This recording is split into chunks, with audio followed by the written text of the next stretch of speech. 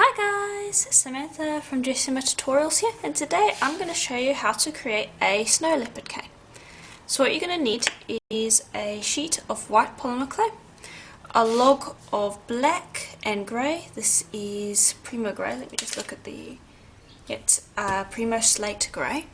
And then you're going to need a 1 part slate grey to 3 part white mix. Okay. So what we're going to start with is we are going to start out with the black, and what I want to do is I want to wrap that in the grey.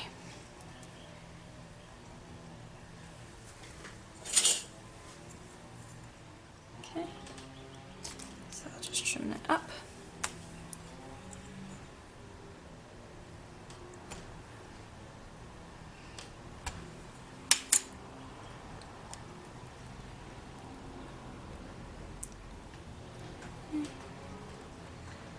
And just get that stuck down. There we go.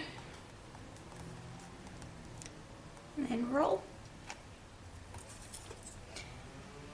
And then just cut where that seam is, like so.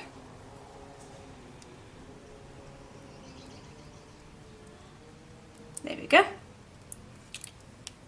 Then just get rid of that, don't need that. And then just press down to smooth out that seam.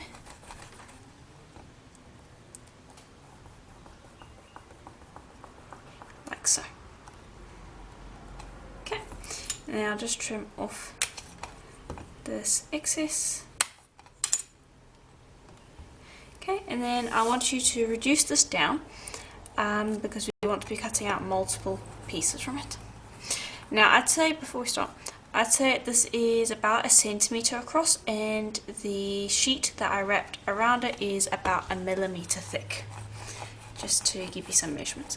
Now the amount of clay that you use is completely up to how large you want the cane to be.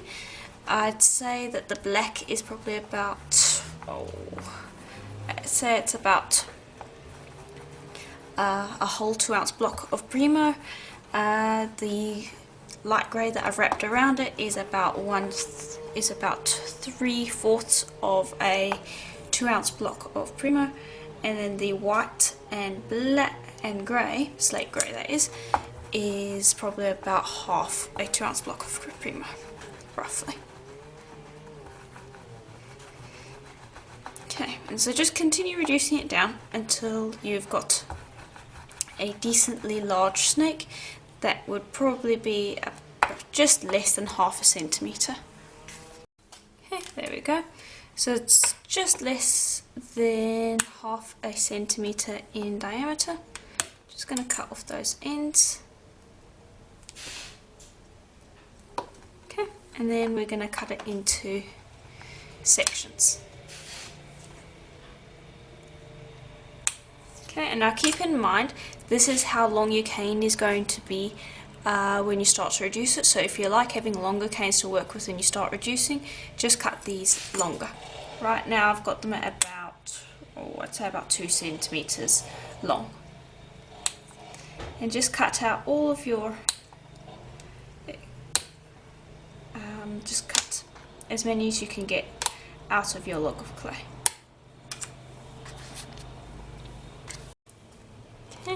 And there we go. So we've got a bunch off to the side now. Then I want you to grab your slate grey, and I've just got that in a log, and I want you to reduce that down till it's about 1/4 of a centimetre, because this is what's going to form the middle of our leopard spots. There we go, that should do. Now I want you to take that, and I want you to cut out as many as you can from that log, and make them the same length as your as these ones that you cut out. There we go. And I'll just pop that to the side, and that's what we can use to start with. So now I'm going to grab these and I want you to just distort them. So I'm actually going to bring over a shaping tool for that. And just a simple piercing tool should work. And you can see there that I've distorted it into a certain shape. This one I'll flatten out in a different way, and I don't always use the piercing tool.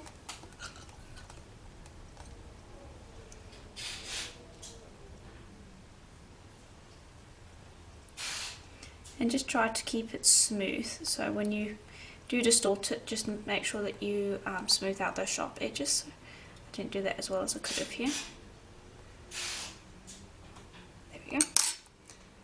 And we've got two different shapes.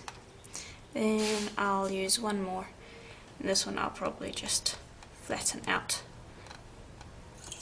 slightly, like so, and make some weird indents. Okay, then I'm going to grab the grey.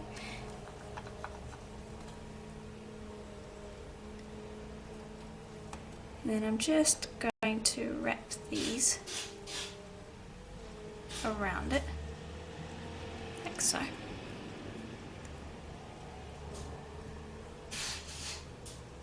Okay. There, and that's one. And then you're going to make a few of those. I want you to leave a few of these, so maybe, let's see how many we've got here. We've got 8. Is that right? Yes. So I'll probably leave about 8 of these off to the side because I want to use those as separate spots. And then with the rest I'll make multiple of these pieces. Don't squish them or anything, leave these lines and everything. Just leave them exactly the way they are, put them all to the side, make as many as you want, make different shapes as you distort them, and then when we're done we're going to piece that together using the remaining light grey that we have and some white. Okay. So I ended up making 7 of these ones, and then I also made some where we only had 2 around the edges, so I've got 4 of those. Okay, then I'm just going to pop those to the side, and then I want you to take these, and I don't want them to look all symmetrical and such, so I want you to distort them like you did the others, but then don't wrap them around grey. So I'm just going to distort those like so, and just do that for all of them. Okay, then once you're done with that, I'm just going to grab the slate grey and I'm going to wrap that like we did the black log earlier.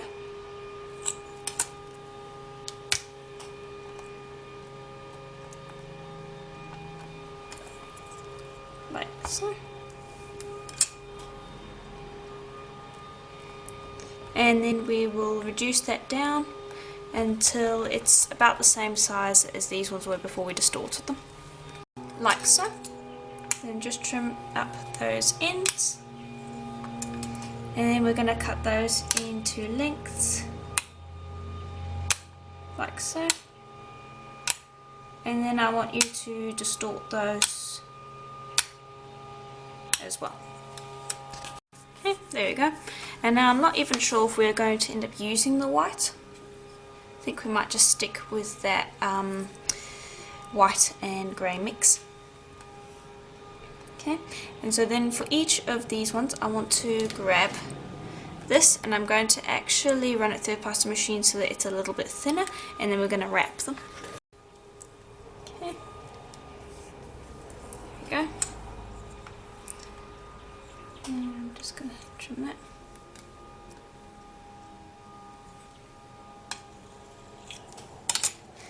Okay, and you'll wrap each of these once in the grey.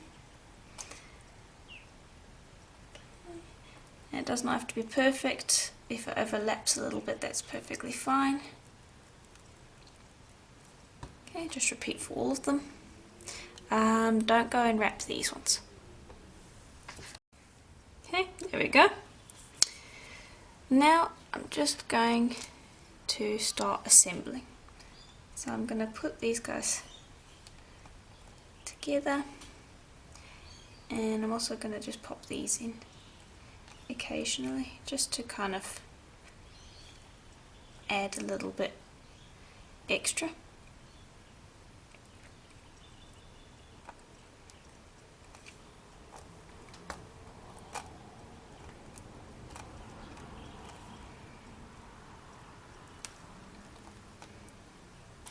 Okay.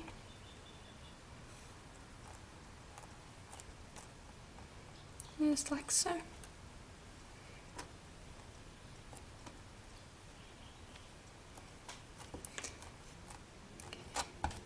And what I'm going to do is I'm going to start working in more spots as we go.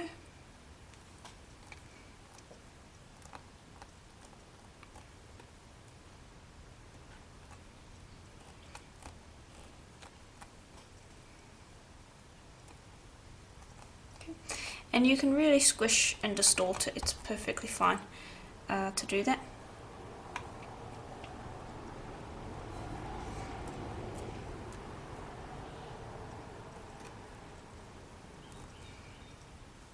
And then as we get to the end here, I'm going to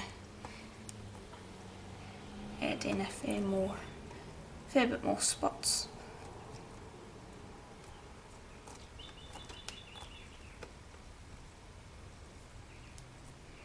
And I make it long because I plan on using it to fill in this bracelet blank here. So that's why I'm making it so long. And I'm actually going to mirror it, so you'll see on this side that we have less spots, and as we get further down this end we're actually dealing with more of the little spots. So that's the general plan anyway.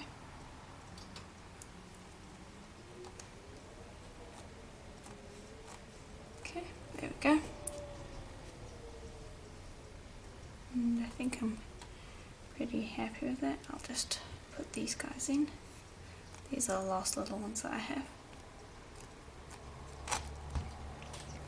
Okay, then I'm just going to start pressing this together into a rectangle shape. Fairly long rectangle shape, but a rectangle nonetheless.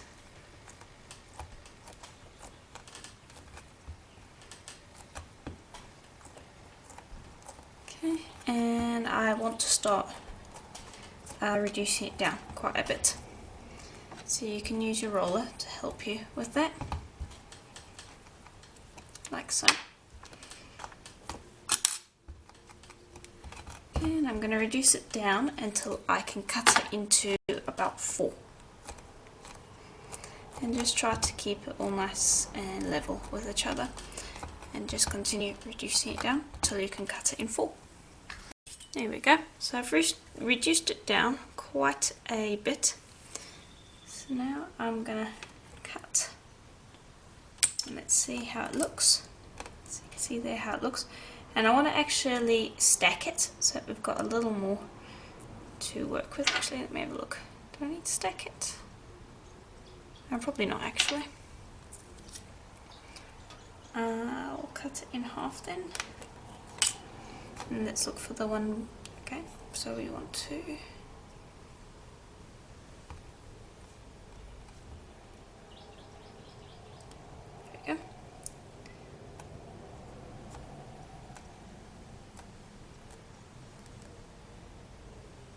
Actually, we might as well not do that because we can just mirror the slices. So I'll put that to the side and we can actually use it as is now. So let me just bring this over and I'm just going to cut slices. And now it's kind of important to make sure that these are all the same thickness. So let's go carefully. I'm actually going to cut it this way so that I can see what I'm doing. And I'm making them decently thick because we can always sand off any excess, but I don't want it to be too thin.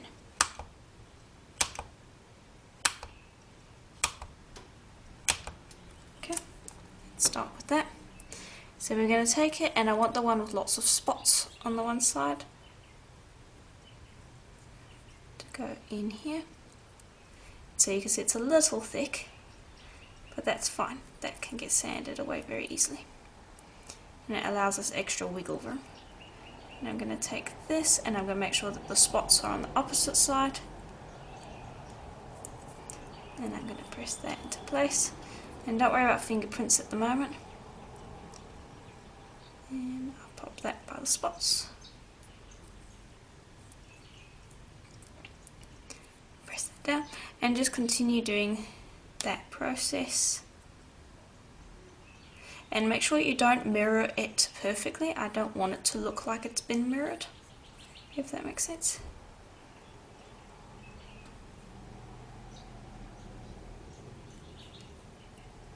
Okay, then when we come to the spot here, very gently cut. There we go.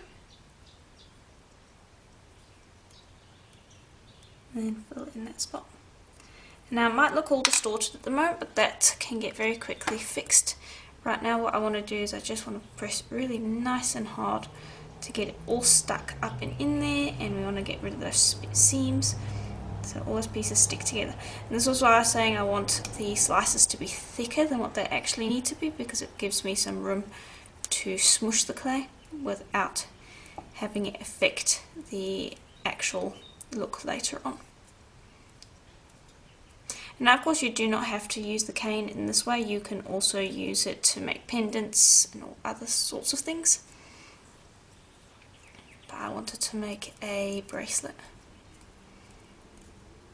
Okay, and I'm just going to go over a few more times and press like so. Okay, there we go. Then I'm going to just gently roll that against the tile, just to even it out a bit.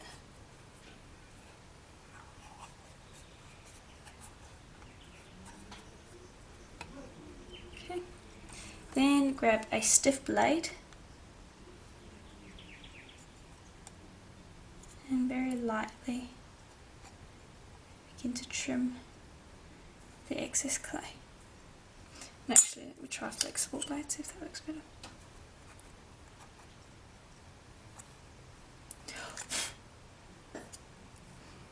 Now remember, if you do mess it up, you can always just pop some more clay slices in there.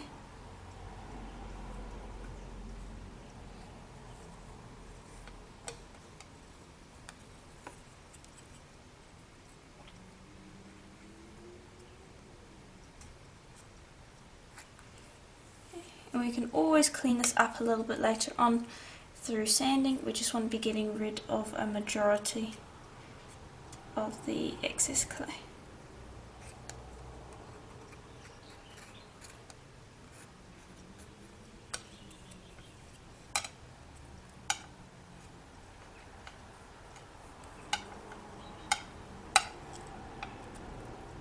We're almost done.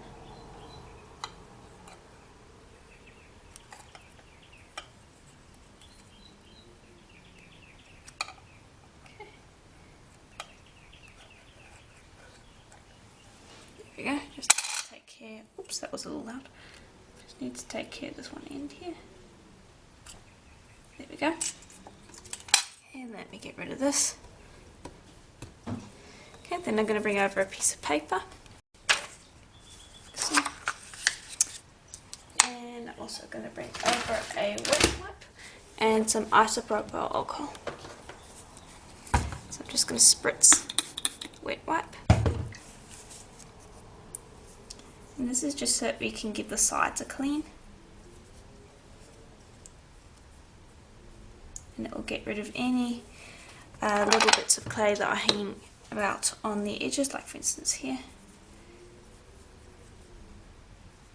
And I'm trying not to touch the surface of the clay too much with my actual hands, because I don't want to get fingerprints if it's at all possible to avoid that.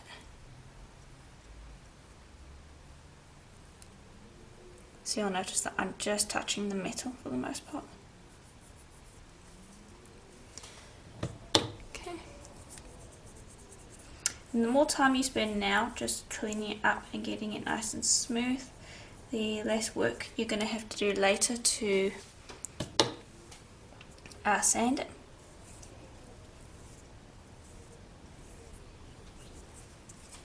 Okay, notice that I do change and respray every once in a while because you do get clay buildup.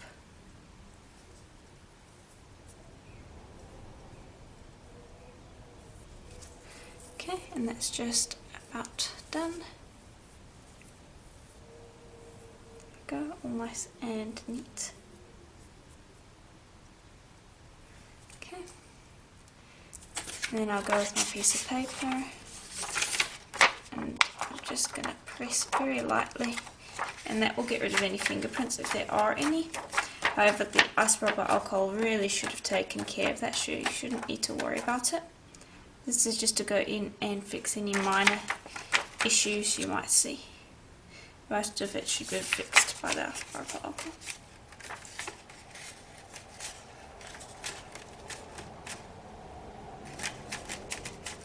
Okay, and there we go.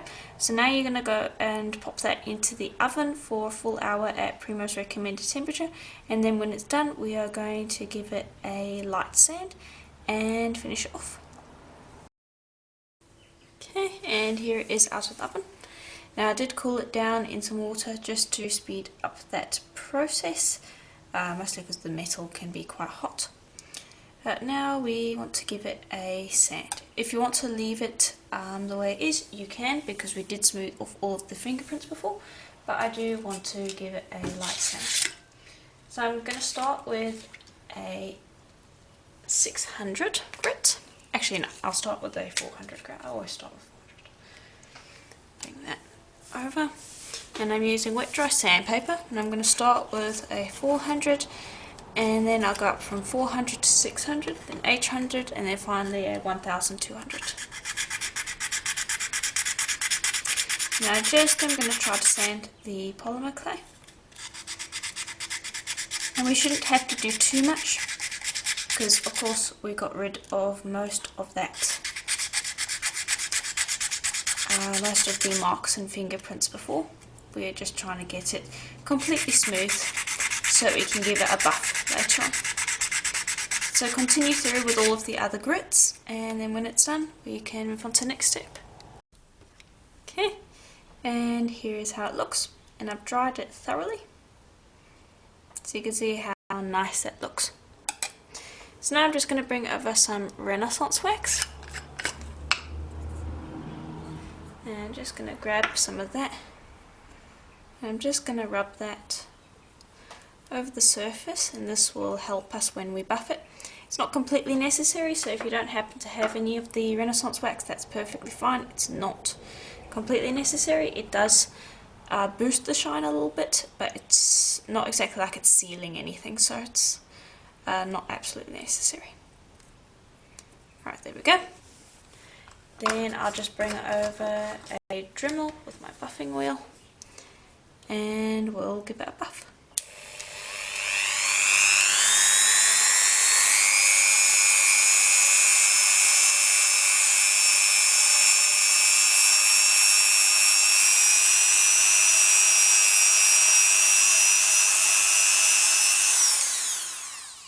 So I've just done that first part there. Hopefully you can see there the difference, how beautiful and shiny that is versus the side, which is quite matte.